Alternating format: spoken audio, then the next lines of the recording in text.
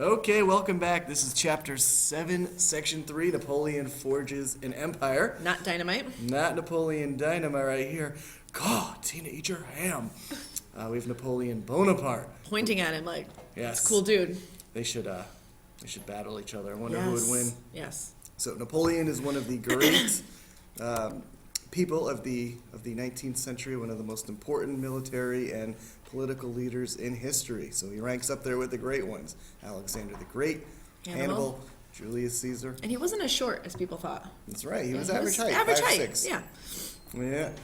1795, he defeated the Royalists with cannons, and that brought him to fame. And it only took him 5 years to rise up from a lowly officer all the way to dictator of France. At the age of 30. Younger than us, Lobner. Younger than us. Especially me. Famous for crossing the Alps to defeat the Austrians, battled the British in Egypt, and even though he lost that battle, Yes. he was smart. He was very smart and kept a lot of his defeats out of the newspapers. So when he came back, he was definitely looked at as a successful military leader. Hello, Mr. Parness. How are you? See you later. 1799, Napoleon's troops are going to surround the national legislature. That was that Republican government that was in place. That we talked about after the French Revolution. So they're out, and 3 people are going to be in charge. One of them was Napoleon, smart enough to say, hey, I'm the first consul. Yes, number 1, right? So the other 2, not going to have much say. I'd like to be number 2. I'd like to go number 2. Yep. And so Napoleon is now dictator, and anytime somebody seizes power with the military, that is known as a coup d'etat. So you've probably heard that that phrase before, right? A coup. So like some sort of uprising or like a sudden seizure of power, taking power. That's right. And these other monarchs across Europe are not too happy. So Nope. Britain, Austria, Russia, they are going to join forces to drive out Napoleon. Remember what we said before, the enemy of your enemy is your friend. So they might not like each other all the time, but the bigger enemy is probably going to be Napoleon, and you don't want him to take over. So Napoleon rules France with the economy, a couple important things, a national banking system, tax collection, making sure that people are, paying in their dues when they're supposed to, trying to end corruption, and we have a Napoleonic code. Is it eye for an eye, just like Hammurabi? No more of that. Trying to eliminate injustices, limited the liberties. So remember we talked a little bit about Hobbes, somebody who thought like a strong government would take away some of your rights, but to give you some power, or to give you some protection, I mean. Okay. And also with the code, they would fire corrupt officials. They would hire people based on merit. So if you're qualified for a job, you get it. If you're a big stupid head, you're not getting that job. Well, that makes sense, right? You'd be out of work. Just because you look good, Mr. Lobner, doesn't mean you get the job. Yeah, it's the receding hairline. Yeah. Chicks dig it. So Napoleon crowns himself emperor, and this is kind of an important move because he literally takes the crown from the Pope's hand and puts it on his own head. So when the Pope would do it, there's sort of this symbolism that the Pope does have some power over you. But by him doing it, he's sort of saying to the Pope, you know what? I'm in charge. Interesting, because in the year 800, Charlemagne did the same thing, which started the Holy Roman Empire. And ironically, this is a fun party for you. You can talk about this at a party. Napoleon broke up the Holy Roman Empire by taking over Europe. Look at that. Oh, I Comes know. full circle, everyone. Napoleon's vision for his empire, control all of Europe, and also over in the Americas. His colonies. He had Louisiana, which was a huge chunk of land, Florida, and some of the islands in the Caribbean. And the big one was Saint Dominique. Yes, which is why Haiti, they speak French. That's right.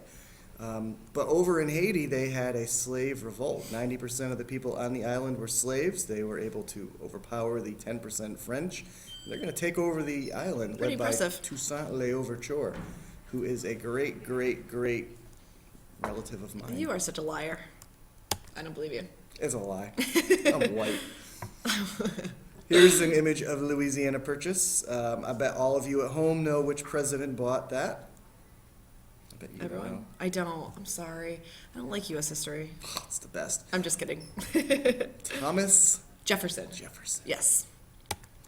There is Haiti right there. Very, very tiny. Oh. Here's Haiti. Other Sound side again. is the Dominican Republic. Over here is where my abuela is from. Ah, Puerto Puerto Rico. Rico. That's Hey, Here's your relatives. Jamaica. Jamaica. So Napoleon wants to take the island back, but the French were wiped out by diseases and fierce fighting. Yep. So Napoleon kind of says, "What do I want to have? A strong European, empire, or worry about what's going on over here?" So it was kind of, to cut his losses. He gets money, so he sells the Louisiana Territory, gives up those colonies, and sort of can fund his wars back over in Europe. Makes sense. Yeah. So, conquering There we Europe go. is what he does. He's going to take the Austrian Netherlands, which in parts of Italy, and he's going to set up puppet governments. What's a puppet government? So think about a puppet, being pulled by somebody, the strings. So we think that this person is in charge, a king or usually a relative of Napoleon, but he's really the one calling the shots. He's really Okay. the one saying, this is what you should do. Got So it. he's the puppet master. So, Switzerland, Spain, Warsaw, which is Poland today, Oh, and shout out to Miss W. various German kingdoms are all going to be under the control of Napoleon. So Britain, Russia, Austria, and the Swedes are all going to attack France. Blonde hair, blue And eyes. Napoleon crushes them all.